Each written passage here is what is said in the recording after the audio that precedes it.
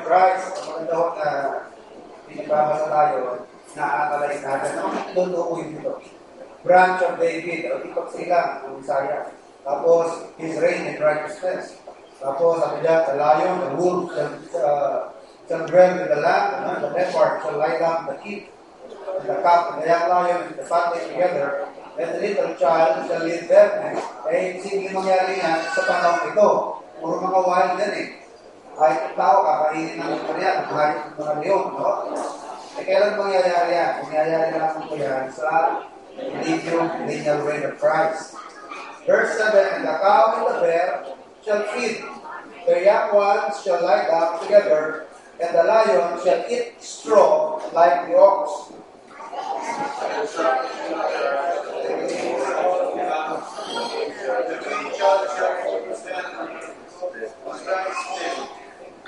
Yan, ang bata, ilalagay yung kamay sa lugga, ahas. Tapos, sa verse 7, yung lion shall eat straw. Kita nyo? Pamilin nyo, wala nang carnivorous, Hindi na kailangan pumatay ng hayop para kumain ng hayop, ang tao at ang hayop. Dahil ang mga hayop, pati mga carnivorous na hayop, pagiging vegetarian, nakain ng gulay at kakain ng vegetable life. Mga straw, mga damo, kanilang kakainin, Huwag lang yung pariwanong damo. Ordinary damo. Verse 9, they shall not hurt nor destroy all my holy mountain, for the earth shall be full of the knowledge of the Lord as the waters cover the sea.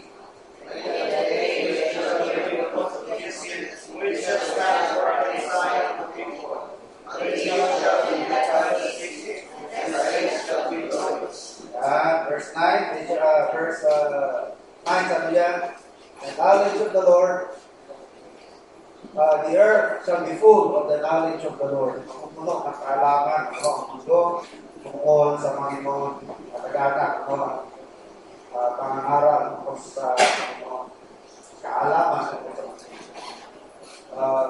Verse 11, and it shall come to pass in that day that the Lord shall set his hand again the second time to recover the remnant of his people, which shall be left from Assyria and from Egypt, and from Pathros, and from Cush, and from Elam, and from Shinar of Babylon, and from Hamath, and from the islands of the sea.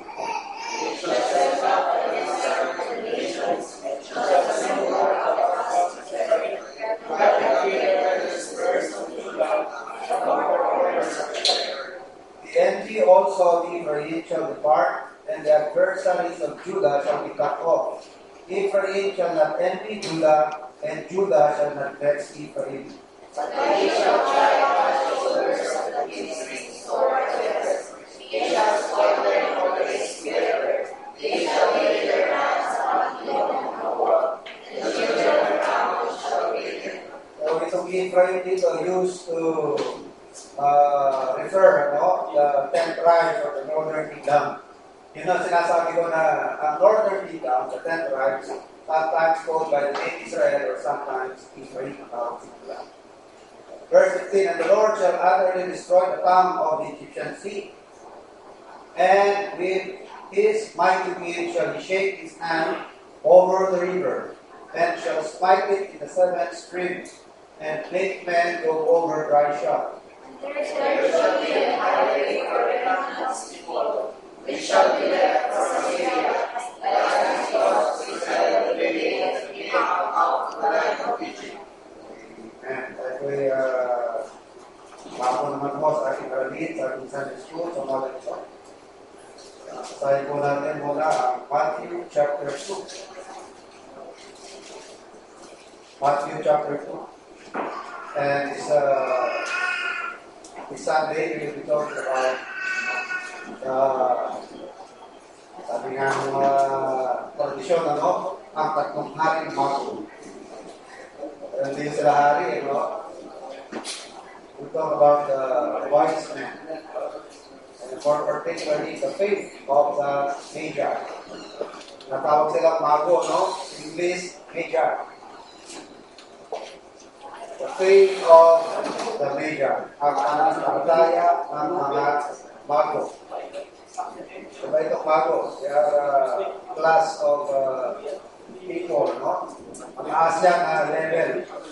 Araw, may mga antas-antas ng mga tao, no? Merong mga uripon, diba? May mga uripon. Ano yung uripon? May mga liping mahay, liping sa gilid, merong maharlika, yan.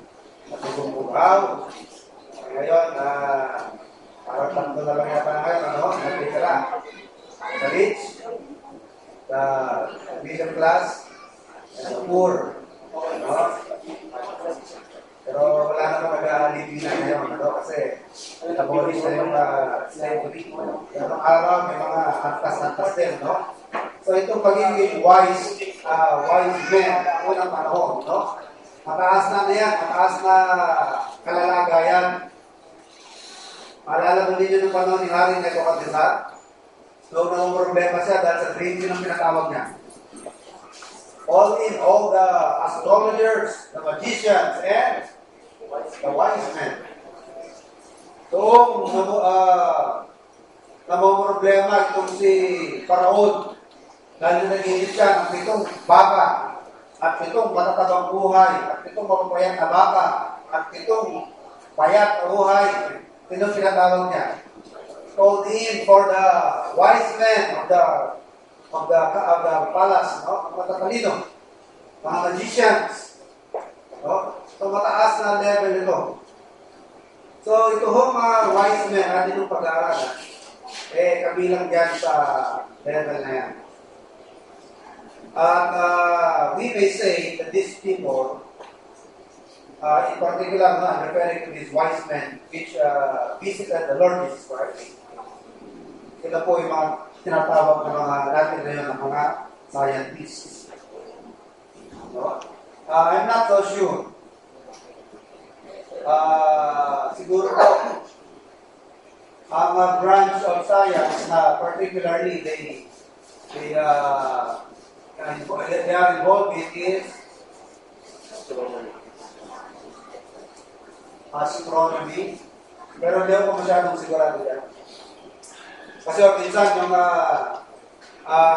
season ng planting, saan yan nila dinidetermine. Diba? Maganda na ngayon, magandang magtanim.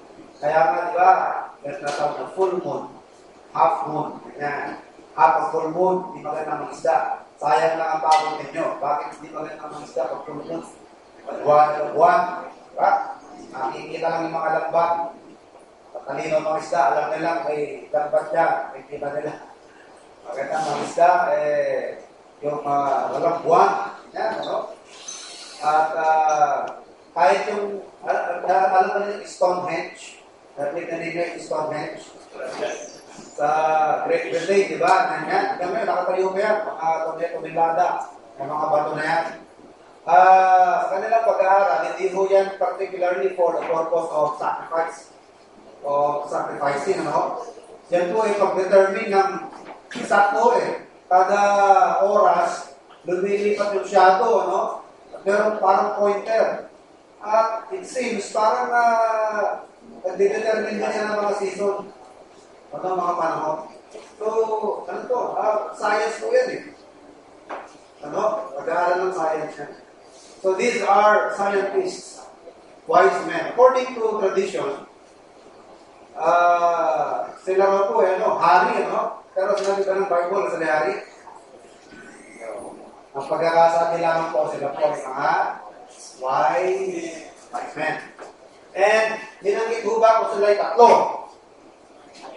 They were probably 3, but probably they are not 3. They were not 3. Hindi sila 3. So, huwag tayong masyadong magiging dogmatic. 3 sila, 3 hari. Wala namang sinasabi Biblia. Ano? Di ko alam kung saan nila nakuha yung pangalang Gaspar. Gaspar sa Tagalog. Sa English kasi Gaspar. Melchior. Saka Balthazar. Sa Tagalog, si Melchior, Balthazar, at saka si Gaspar. Pero yun po, mga kapatid ay tradisyon lamang, ano, kagaya rin ni Teslas at saka ni Dimas. Ano? Wala rin sa Biblia yun. Isip lamang mo ng tao yun, at ang isip lamang. Nabigyan nila ng pangalan. So, maganda ho ang mensahe nito tuwing mapag-aaralan, tuwing December, ano? Kaso lang, alam naman natin ang birth ni Christ, malayo maging December. Hindi ho pwedeng maging December ang birth ni Christ. Bakit? When the Lord was born, there were shepherds, di ba? Shepherds abiding in the fields. Pero mga shepherds, sila po yung nasa outdoors. Eh kung yung po yung December, alam natin na December is taglamig, no? Tagniebe. Kaya nga nung araw, it's very normal na yung mga bahay na ng araw, one room house lamang yan, no? Kanya na mga bahay nila, kahit ngayon, pumunta kayo ng Middle East, mga bahay, para yung, ano, bago. Bigyan sila magbubok ng, kagaya ng bubok natin, mga ganyan. Meron mga ganyan, brother Pet? Ang bubok? Meron din. Usually, ganito, di ba? At sa loob ng bahay, minsan meron bahagi na elevated siya sa taas. So, ang tulugan nila dito sa taas, ngayon, meron space dito sa baba, at yan ay kwarto ng hayo, during winter. So, most probably, ang Panginoon, dahil wala nang matuluyan sa mga silid, ang tulugan, wala nang bakante, puno na, kasi yung panahon na isinilang ang Panginoon, marami nasa kanilang nilang mga bayan, dahil kailangan nila pagpagala, di ba? So, napuno ng tao ang town of Bethlehem. So, kahit si Joseph na sa Nazareth na nakatira, at si Mary, kailangan nila pumunta pa ng Bethlehem dahil ang utos, kung saan kayo pinanganak, doon kapag parehistro. Ano? So, kailangan nila umuwi, kahit na nanggaling sila sa malayong lugar. So, napuno ng tao, wala nang matuluyan. So, meron na cover, pero kasi lamang doon sa bahay ng hayop. Kaya, malamang, kaya sila tumuloy dyan, walang hayop. Lahat ko ng hayop. Hindi naman winter eh. Winter lang yung nag-aaroon ng hayop at loob. So, it's never far, ano? Sabihin natin na 20 December lang pwede pag-aralan, pero kahit anong panahon, pwede natin pag-aralan ang aralin nito. So, basahin po natin mga kapatid. Matthew chapter 2, and we will be reading verses 1 up to 12. Matanong ko lang po kayo mga kapatid. Ito bang wise men na ito? They were not kings, ano? Sila po ba ay mga believer o mga sympathize lang? O gusto lang makilala yung bago silang hari? Palagay nyo, sila ba yung mga mana ng Panginoon? No. Sila ba Hudyo o hindi Hudyo? Sila ba Hudyo o hindi? Anong palagay nyo? Are these wise men Jews or Gentiles? Gentiles. Are they believers or not? Saan sila nakakuha ng mensahe? Kasi pag walang mensahe, hindi naman magiging mana ng palataya ng tao. Dahil faith coming by hearing, and where did they get the information about the Lord Jesus Christ? Then, kung sila Gentiles. Madyo. Ha? Madyo sila. So, ano kaya ito? Hudyo? Kaso lang sabi, they were from the east. East of Israel. Anong mga bansa sa east? So, if you study geography, so tingnan niyo yung mapa ng Israel. Ang mga bansa na nasa east ng Israel is Saudi Arabia, Iraq, Iran, Jordan, Bahrain, Kuwait. Sino ba mga tao sa Biblia alam niyo na galing sa east? Diba si Job? Job is from the east country. Galing siya sa east, ano? Same thing with Jethro, the Midian. Si Jethro, yung father-in-law ni Moses, is also from east. Ano? So, yan mga lugar, mga bansa na nasa east. Okay? So, mamaya, alalaman natin para magpag-isip lang. Ano? Matthew 2, 1-12. Ito ang detalye tungkol dito sa pagdating, pagbisita nitong Magi. Now when Jesus was born in Bethlehem of Judea, in the days of Herod the king, behold, there came wise men from the east to Jerusalem. Itong Herod na ito is Herod the Great. Hindi ako nagkakamali po kauna-unahan sa mga Herodes. Herod the Great. Because after Herod the Great, marami pa ang sumunod ng mga Herodes. Si Herod Agrippa, Herod Antipas. Noong galing sa Egypto, kasi nagtago si Christ. Diba? Tinago si Christ ng kanyang mga magulang sa Egypt dahil pinagpapapatay na ni Herod the Great ang mga male babies from Bethlehem. Pagbalik nila, sino ang hari? Kaya nga sila natakot eh. Doon sila nanira sa norte. Natakot sila dahil ang pumalit kay Herod, yung kanyang anak na si Herod. Sinong Herod yung pumalit? Antipas, si Herod Antipas. At noong nililitis naman si Paul, sinong Herod yung naglilitis sa kanya? Herod Agrippa na. So maraming mga Herodes. Pero sa lahat ng mga Herodes, ito yung kauna-unahang Herodes na tinatawag na Herod the Great. He was an Edomite. Ano ba yung Edom? Si Edom po ay si Esau. So siya naging magulang, siya ang pinanggalingan ng lahing mga Edomites. So, sino ba si Esau? Kapatid din po yan sa ama ni Isaac. Kapatid sa dugo ng mga Israelites yan. Diba? Nagkaroon ng anak si Abraham, Isaac, and Ismail pala, no? Ismail pala yan. Itong si Esau ay kapatid ni Jacob. Ano? Naglaya si Esau. Okay? At siya po naging magulang itong mga Edomites.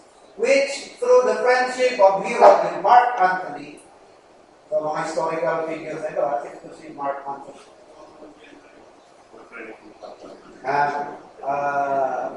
Sideline lang ni Cleopatra. Maraming boyfriend na si Cleopatra eh. No? Kanyang mga alliances, marami siyang alliances para magtagal ang kanyang dynasty, magtagal ang kanyang imparian. Ano? So, nakipagtakbo siya kay Mark Antony, sakay ng kanyang golden boat siya. Kaya ano? So, ito yung Cleopatra, di ba? Panahon nilang Cleopatra. Mark Antony. Yan. So, through friendship of Herod with Mark Antony, he became the king of Judea. So, ito pong Herod the Great ito yung nagpatayo ng temple. The first temple was during the time of King Solomon. And then it was destroyed by Nebuchadnezzar. It was rebuilt by Zerubbabel. And then it was also destroyed. And it was rebuilt or improved by Herod. Okay? Para bumama siya sa mga Israelites. So yan na yan. At yan yung Herod na kung kailan isinilang ng ating Panginoon. At itong Herod the Great ito, he was a great builder. Kahit aralin po ninyo yung pagkakagawa sa Temple of Jerusalem. Magaling, magaling ang engineering niya. Magaling ang architecture, magaling ang engineering niya. At itong si Herod the Great, siya rin po yung nagpagawa dun sa Masada. Maalala niyo yung Masada? Narinig niyo yung Masada? Itong Masada, yan yung bundok yan na ginawang fortress. Pero original purpose talaga niya is retreat or rest house. Nandiyan ang rest house ni Herod the Great. At yan ay naging huling taguan ng mga zealots itong Masada. At ngayon, ang mga Jewish soldiers, ang mga army po ngayon ng Israel, kapag ka mag-hold taking, kailangan muna siya mag-hiking dito sa Masada. Kailangan niyang mag-hike yan para mag-view niya yung Masada. Dahil napaka-historic niyang Masada. Ang pinakamalungkot na nangyari din sa Masada ay yung kamatayan ng 900 zealots. No? 900 zealots. Sila inatake ng mga Roman army instead of surrendering. Sila po ay nagpakamatay na lang lahat. Patulangan ang buhay din. Patulangan natin ang buhay. Isang matanda, tsaka dalawang bata. But the rest, they all died suicide. Sunutan sila kung sino papatay sa lahat ng kasama. At yung 10 na matitira, bubunod kung sino papatay sa siya. Yung isang matitira, papatay niya kanyang sarili. So namatay sila hindi dahil sa hopeless sa kanilang situation. Dahil marami silang pagkain, marami silang tubig. Gusto lang nilang iwan ang mensahe na mas matamis ang mamatay kaysa mapasamamay ng foreigners. Mapa-under isang banyaga, isang bansang banyaga. Okay? So, sinasabi ng mga soldiers ngayon, pagka nag-o-taking yan sa Masada, Masada shall never fall again. Okay? So, sino pa nagpatayo niya? This Herod the Great. Ano ito? Isang manyak. Ano siya? Malupit, cruel. Primo, at the end of your life, malapit ka nang mamatay. Ano? Matanda ka na. Nasa sunset ka na, malapit ka nang mamatay. Nabalitaan mo may pinanganak na hari. Anong ginawa niya? Pinapapatay niya ang mga infants. Wala nung taon. Infants from 2 years old. E gano'ng karami yan? Go Bethlehem. It's a town. It's a town. Isang barangay nga lang eh. Ilan ang bata dyan? Ilan ang 2 years old dyan? It's a town. A little town. Kaya meron awitin na, oh, little town of that's still it's a town. Maraming bata ka nang pinapatay sa massacre. Okay? So that's this Herod. Now verse 2 saying, then is, verse 1, now when Jesus was born in Bethlehem of Judea, in the days of Herod the king, behold, there came wise men from the east to Jerusalem. We do not know exactly kung saan, anong bansa sa east, but it's from the east.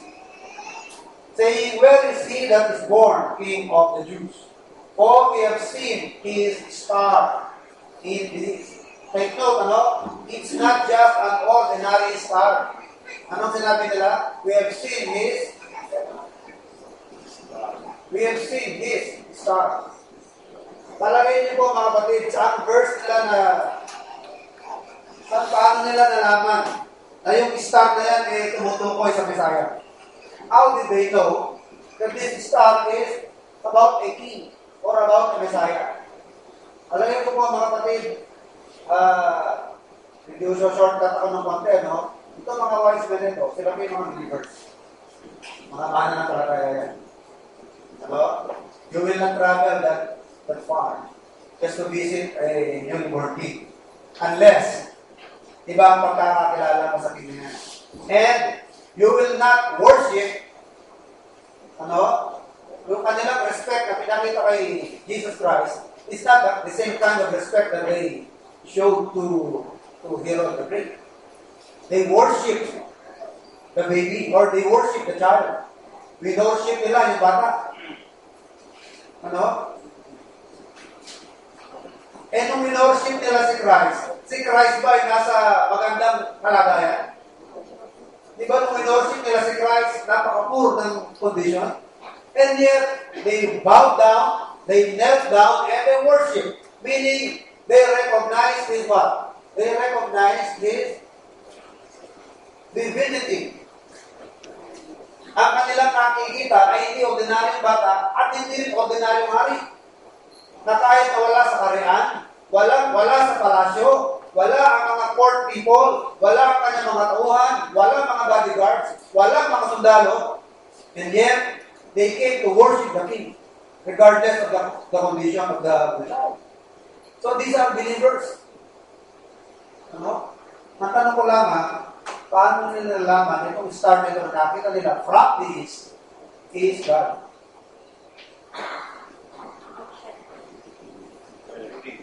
Probably, mga kapatid, they have a copy. Alam niyo po anong araw? Bibihira naman may kopya ng Bible. Diba? Ang mga kopya lang ng Bible ng araw, Old Testament lang. Ang bihira, mayroong kumpletong kopya. Kung magkakaroon sila ng kopya ng mga parts ng Bible, isang libro, dalawang libro lang, palad na tayo eh. Tayo, kumpleto, 66 book. Ay, iba ka. Ano pa, may apokripa pa. It's not part of the Bible, pero dinadagdag sa Bible yan. Tayo po, kumpleto ang ating hawak. Buong Biblia, luma at bagong tipan, 66 books. But people in those days, they only have copies of one book or two books or the entire book of the law, the Torah. Pero bibihira po may kopya na kompleto. So malaki po ang advantage natin. Kaya kung meron mang dapat mas matitibay ang pananampalataya, tayo ngayon dahil kumpleto ang revelation natin. Kumpleto yung pahayag ng Diyos na hawak natin. Eh sa kanila, excerpts lamang. Minsan, isang libro lamang ang hawak nila. Pero ganun po ba ang nangyayari? Mas matitibay ba ang ating pananampalataya ngayon?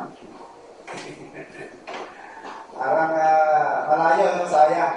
Hawak pa naman natin ng buong Biblia. Pero kung parang pas tayo yung kaunti ang pananampalataya, no? So, that should humble us. Okay?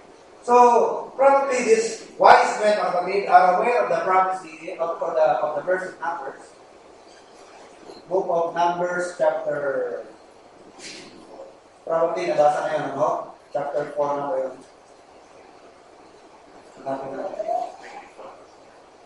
Ano yan, brother?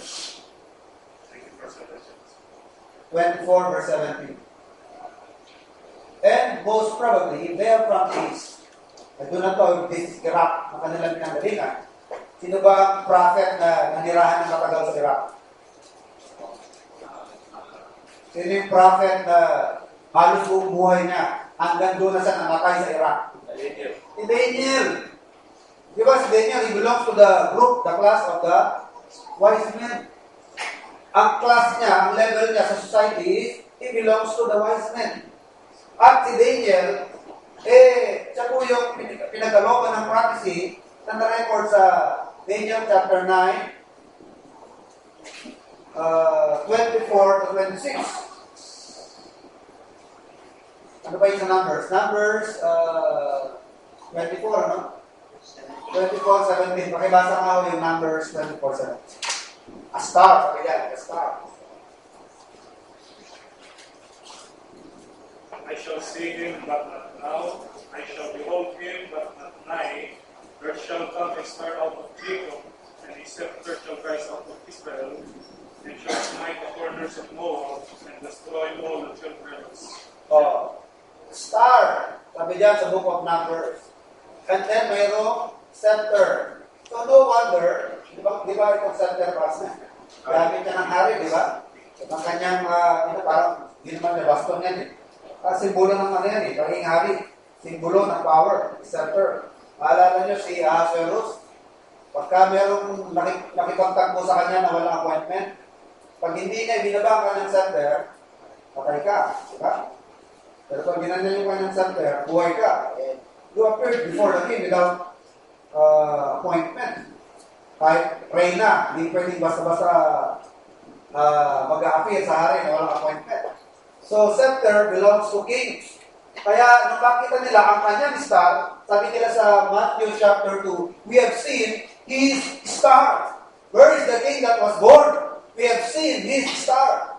Alam nila na yung sinilang hari. Dahil nakalagay sa prophecy is scepter. Merong scepter. Nabasa nila star. So, kakaibang star. Hindi ito ordinary star. Ano? Kakaibang star ito. Ano yung klaseng star ito? So, upon reading Old Testament, or part of the Old Testament, merong kakaibang star. Hindi ito ordinaryo. At alam natin na ito yung nagpapahiwatig na ang isisilang na yan ay isang hari. Dahil ito yung sentro. It's not wrong to say na nakilala nila na siya Diyos, no? He is divine. Alam naman natin na sila yung worship, no? So, they recognize His divinity. Pakibasa rin po yung Daniel 9:24-26. Probably they are also aware. If they came from Iraq, at doon po tumira si Daniel ng more than 8 years, and they belong to the same class with Daniel, sila po yung mga wise men, most probably they have a record of this prophecy of Daniel.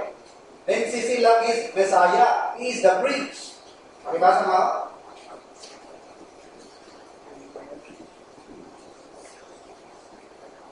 Daniel 9:24. Pakibasa. 70 weeks are determined upon the people and upon the holy city to finish the transgression and to make head of sins and to make reconciliation for iniquity and to bring in everlasting righteousness and to seal of the vision and prophecy and to anoint the most holy. Now therefore I understand that from the going forth of the commandment to restore and to build Jerusalem, and to the Messiah the preach shall be 7 weeks, and 62 weeks.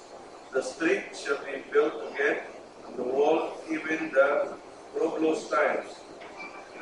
And after the 62 weeks shall Messiah be cut off, but not for himself and the people of the priest which shall come shall destroy the city and the sanctuary, and the end of the war, and the end thereof shall be with a flood, and unto the end of the war, desolations are determined. Yeah. So probably they are aware of this prophecy, no? At itong nilitaw na yan, Sunday is what? The Savior, the Messiah. And aside from being the Messiah, he is the priest. No? So Isaiah 9:6, for unto us a child is born, and the government shall be upon his shoulder, and his name shall be called Wonderful, Counselor, the mighty God, the everlasting Father, and the Prince of Peace. So these people are aware of these prophecies. Therefore, nakita nila yung kakaibang star na tumututok doon sa Israel. Panahon na yan. Sabi nila, yan ang kanyang star ng Messiah. So, verse 3, when Herod the king had heard these things, verse 2, saying, where is he that is born King of the Jews? For we have seen his star in the east. Nasa east kami at nakita namin. Then are come to worship him. When Herod the king had heard these things, he was troubled, and all Jerusalem with him. So hindi lamang si Herod ang na-trouble, kundi buong Jerusalem. Palagay niyo po bakit pati Jerusalem mato-trouble. Dahil wala naman silang napabalitaan na hari niya. Dalawa hari natin, kagulo yan. Malamang yan, revolusyon. Doon na tayo sa tunay na hari. Ano ba sa yung hari bagong silang? Siya ba'y pure, beloved na Jew? O kapareho lang din ni Herod na hindi naman talaga puro Mudyo, kundi isang Edomite. Baka kikiling ang loyalty nila sa bagong hari na sila. So, maraming na trouble. Even, not only Herod, but the whole Jerusalem, no? Trouble sila sa maaaring maging resulta niya. It could mean civil war, revolution, and they're probably afraid also of the anger, yung magiging galit itong si Herodes, at meron silang reason to be afraid, ano? Diba? Kaya kalupit itong si Herodes, pinagpapatay niya lahat ng mga male babies. Kung mo, matanda ka na, you're still hungry for power. Karinig mo, meron bagong hari, karibal. Karibal ito sa trono. Ano, kahit matanda na siya. And yet, he was still hungry for power. Ayaw niya na meron rival. So the whole city, the whole place was troubled because of the news. Verse 4. And when he had gathered all the chief priests and scribes of the people together, he demanded of them where Christ should be born. So sino po kanyang pinatawag? He called for the theologians. Sino ba yung mga theologians sa mga araw? Sino yung mga binanggit ng mga theologians yan? Who have knowledge of the scriptures. Sino yung mga sabi dyan sa verse? The scribes? Sino ba?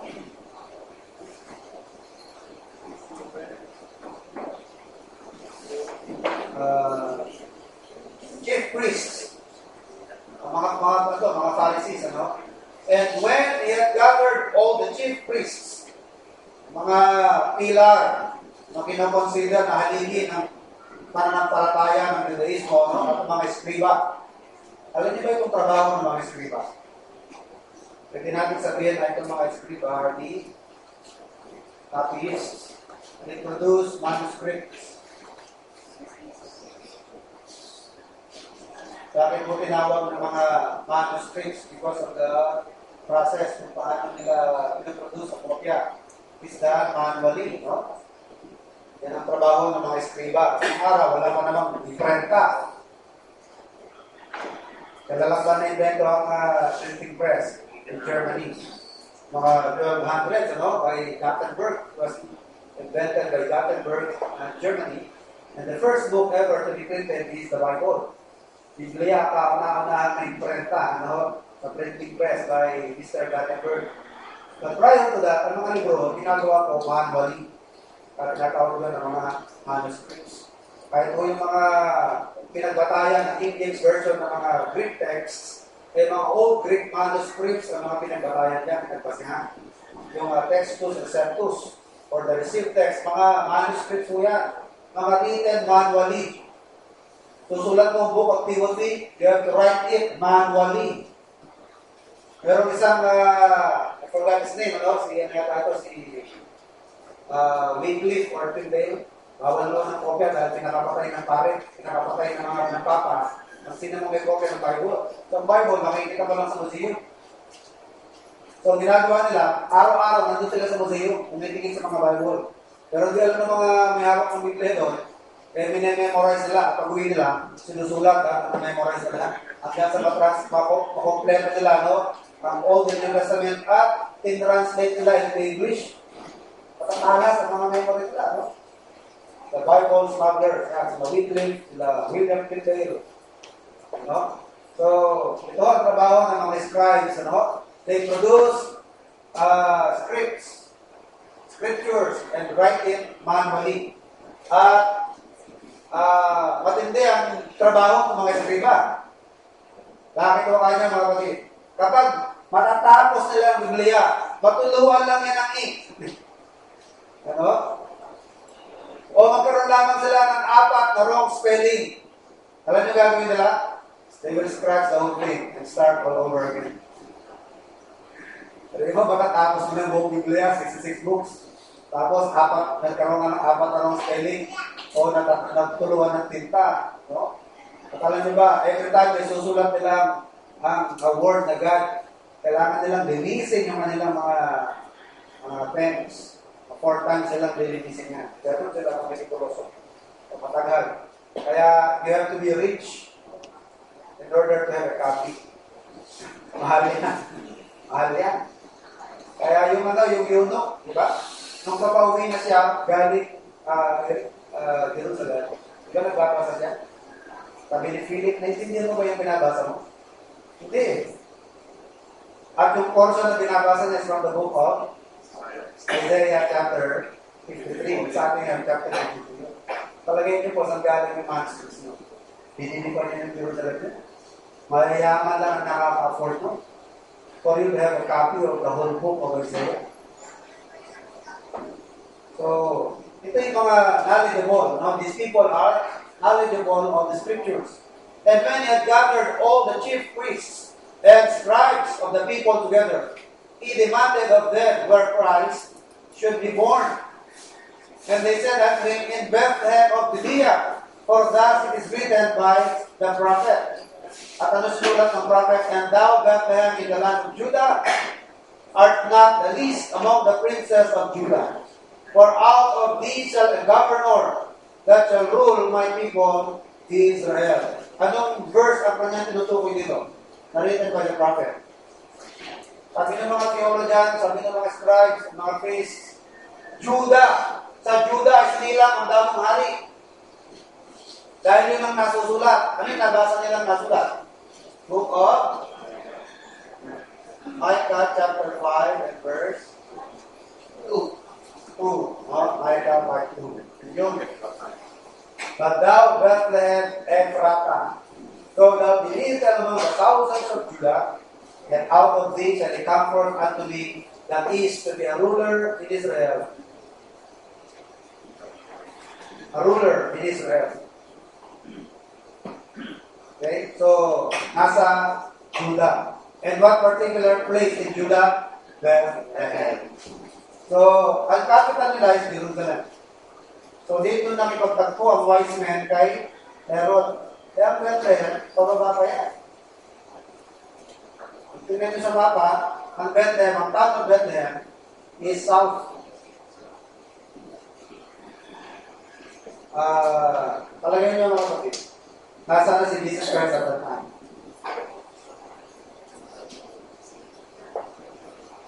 Tinanong ko sa mga bagay sa Jesus Christ. Nung dumalaw yung mga wise men kay Jesus Christ, saan nila nakikita si Jesus? Saan nila natagpuan? Sa Bethlehem? Sa Bethlehem? Ang brother Ben sa Egypt, so parang yata kasi wala ko nila mag-abroad. Saan na kaya? Kasi sabi ng mga wise, sabi ng mga scribes, in Bethlehem! Yun ang sabi ng nasusulat. Isisilang ang prince, governor. Ano? Sa Bethlehem. So, nandun sila sa Bethlehem. Palagay niya sa Bethlehem ang Panginoon. Asa ang Brother Ray? Brother Ray, wala raw eh. Asa ka dyan, ano? Basahin mo na po natin, ano? Then Herod, when he had privately called the wise men, inquired of them diligently what time the star appeared. And he sent them to Bethlehem and said, Go and search diligently for the young child. So, saan sila nagpunta? Sabi ni Herod, sige, puntahan niyo sa Bethlehem. Dahil yun ang sabi ng kasulatan sa Bethlehem. Go and search diligently for the young child. And when you have found him, bring me word again that I may come and worship him also. When they had heard the king, they departed, and lo, the star which they saw in the east went before them, till it came and stood over where the young child was. So, nasaan si Christ? Bethlehem pa rin.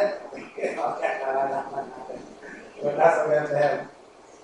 Kaya, matanong ko, yung mga wise men na galing sa east, nakita nila yung star, di ba? Eh, yung mga tag-Israel, hindi ba nila nakita yung star?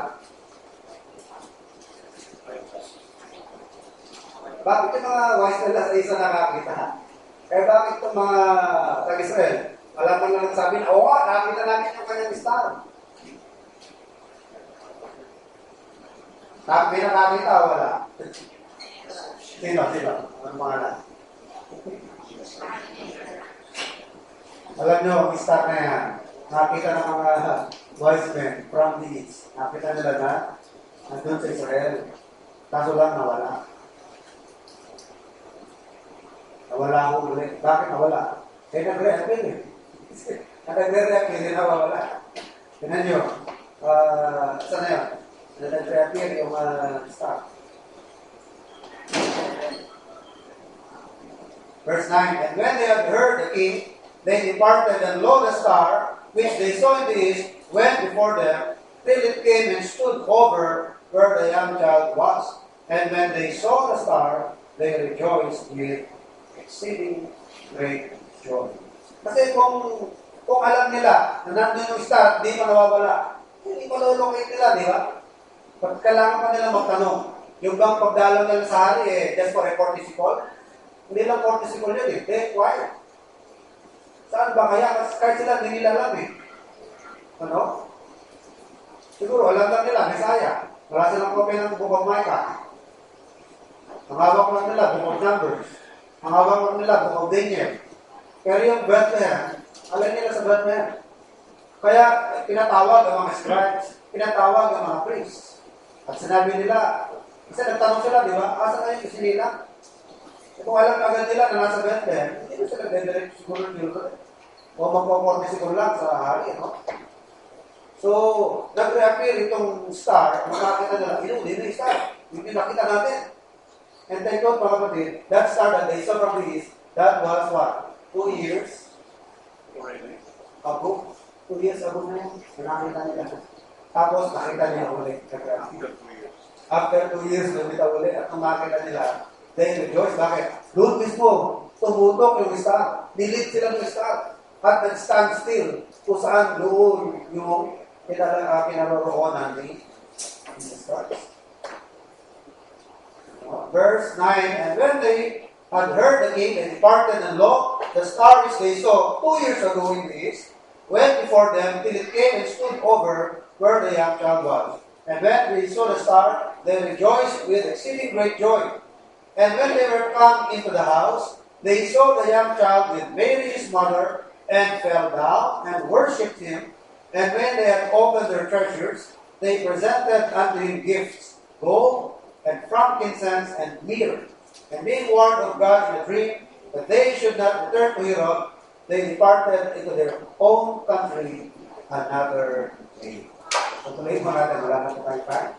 Tayo tumayo, tayo magbukas ang mga lagi. Sa bilang Diyos, mabaling naman, salamat po ang sa palayan sa dali, na hindi nagkakaloob, na ito yung aral ng salita. Malangin namin naman ako kami kami matuto ang basa ng mga salita at palakasin ka ang pagkakalagay. Manahin po ang mga gawain sa araw nito, tuloy sa iyong pamusap at magkas na rin mga kalwa. Manalangin namin yung mga kapakilan ng karamdaman at tinawang po sa mga kapakilan. Kaya kami dalangin sa ngalan ng Panginoon Jesus. Amen. Maraming salamat. Ako po na, well.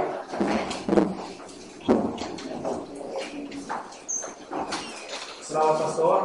At tuloy tayo sa ating mga gawain ngayong umaga. Tawagin po natin ang ating po leader, si Colonel Silo.